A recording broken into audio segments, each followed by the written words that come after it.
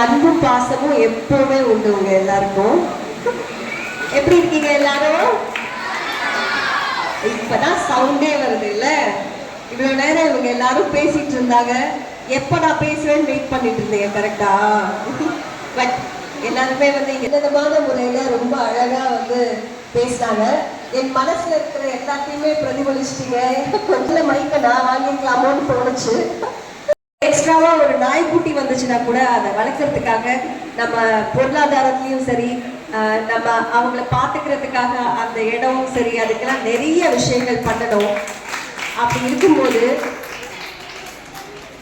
பெறாத பெற்று குழந்தைகளை எடுத்து அவங்களுக்கு வளர்த்து அவங்களுக்கு சாப்பாடு போட்டு கல்வி கொடுத்து அவங்கள நல்லபடியா வாழ்க்கையில உருவாக்கணும்னு நினைக்கிற மனசு இருக்குல்ல, அந்த மனசுக்கே நீங்க நல்லா இருக்கணும் மேடம். நிஜமாவே சொல்றேன். ஏன்னா ஒரு பெண்ணாக இருந்து பல இன்னல்களை தாண்டி எவ்வளோ கஷ்டப்பட்டு நல்ல உள்ளங்களோட உறுதுணையோட இன்னைக்கு ஒரு trust rice and shine child trust charitable trust இன்னைக்கு வளர்த்துருக்காங்கன்னா அதுக்கு நீங்க எல்லாரும் தான் காரணம். அதுக்கு என்னுடைய மரியாதை கலந்த வணக்கத்தை தெரிவிச்சுக்கிறேன். மதிப்பிற்குரிய தேவராஜ் சார், வினோத்குமார் சார், அப்புறம் மேம், அப்புறம் மில்டன் சார், அப்புறம் இதுக்கு யாரெல்லாம் துணையா இருந்தீங்களோ அவங்க எல்லாருக்கும் என்னுடைய மனமார்ந்த வாழ்த்துக்களை தெரிவிச்சுக்கிறேன். நல்லது செய்யறதுக்கு மனசு மட்டும் இருந்தா போதும். பணபலமோ ஆள்பலமோ தேவையில்லை. ஸோ அந்த சின்னதாலதான் இன்னைக்கு நீங்க இன்னைக்கு அத்தனை பேரோட மனசுலயும் வசந்தகுமாரி மேம் இடம் பிடிச்சிருக்காங்க. So hello. ஸோ அவங்க இன்னும் இந்த மாதிரி நிறைய கிளைகள் உருவாக்கணும்.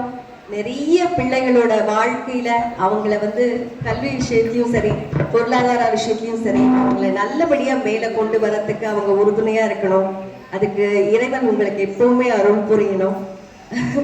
எனக்கு என்ன சொல்றதுன்னு தெரியல. ஏன்னா நான் ரொம்ப மனசு உருகி போய் நிக்கிறேன் இந்த இடத்துல. ஏன்னா எங்களாலெல்லாம் ஒரு சின்ன விஷயங்கள் நல்ல விஷயங்கள் செஞ்சிட முடியாதா அப்படின்னு ரொம்பவே ஏங்குவோம். அதனால கிடைக்கிற ரொம்ப பெருசா செய்ய முடியினாலும் சின்ன சின்னதா ஏதாவது எங்களால செய்ய முடியுமோன்னு செய்வோம். அப்படி இருக்கும்போது நீங்க இன்னைக்கு ஒரு 15 குழந்தைகளை எடுத்து வளர்க்குறீங்க. அது இல்லாம டியூஷன் சென்டர்ஸ் வச்சிருக்கீங்க. நிறைய பிள்ளைகளுக்கு படிப்பு விஷயத்துல அப்புறம் ஃபுட் எல்லாமே கொடுக்குறீங்க. அது இல்லாம கேன்சர் ஹாஸ்பிட்டல்ல நான் இப்ப